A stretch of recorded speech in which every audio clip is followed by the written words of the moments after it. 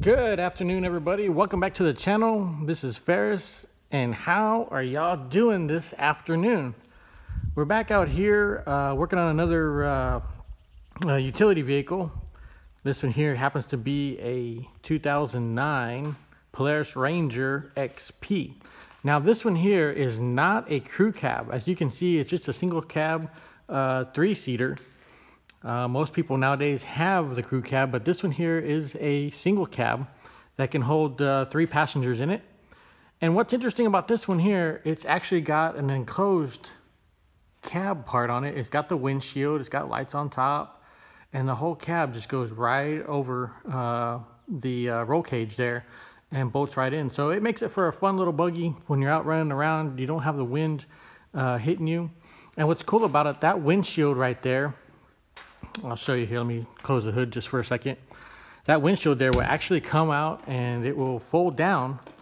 That way, in case you need to stop and pull out your rifle or something and take a shot at a hog or something, something that you're hunting. Now, this particular customer told me that they need to do a service to it, which is a 100-hour service that's recommended on these, as well as fix the operation of the receptacles where they plug in their spotlight. Now, when I got here, I checked out the receptacles.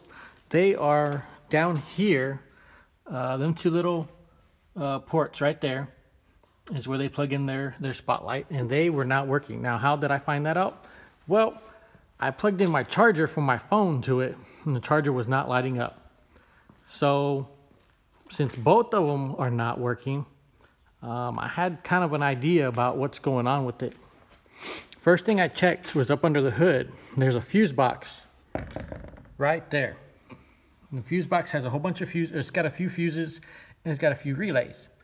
Now, the one particular one is the accessory fuse. That accessory fuse is right there. It's that blue one, that first blue one on top. Now, I pulled that fuse out. It's a 15 amp fuse, and checked it, and the fuse was blown. So I went to my container of fuses that I have in my truck and pulled out a 15 amp fuse, put it in there, and lo and behold, it started to work. So we got the receptacles fixed. On this one, the receptacles are working.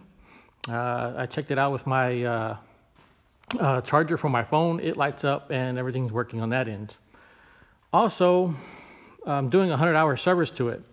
Now, a 100-hour service on this one here includes changing the front differential fluid. It involves changing the engine oil on the unit as well as the filter. We're changing the spark plugs in it too. And we're checking the belt on this one.